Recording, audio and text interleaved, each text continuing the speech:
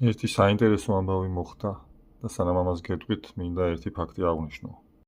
არადროს მომწონდა ის, რომ ყველა ვარჯიშობს ერთი ვიღაცის დაწერილი პროგრამით და საერთოდ არ აქცევს იმას ყურადღებას, თუ თვითონ რისი გაუმჯობესება ესაჭიროება.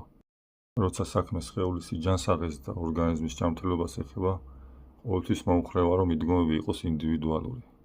ერთ რა საინტერესო რამე მოხდა, რადგან გუშინ ინტენსიურად ვიარეს სამსახურიდან სახლისკენ, შეასწორა ჩემი სავარჯიშო გეგმა და დღეს საერთოდ ნახეთ დასვენების დღე გამომიწია. არა მარტო დღეს, ხვალაც ვისვენებ და ზეგ მაქვს ვარჯიში. თუ შეხედავთ 5 შაბათს 45 წუთიანი ვარჯიში დამინიშნა. მაგრამ სავარაუდოდ კიდე შეიძლება იქიდან გამომდინარე თუ როგორ აღვიდგინე ენერგიას, ან პირიქით როგორ დავიღლები ამ დღეებში და ეს ძალიან მახარებს.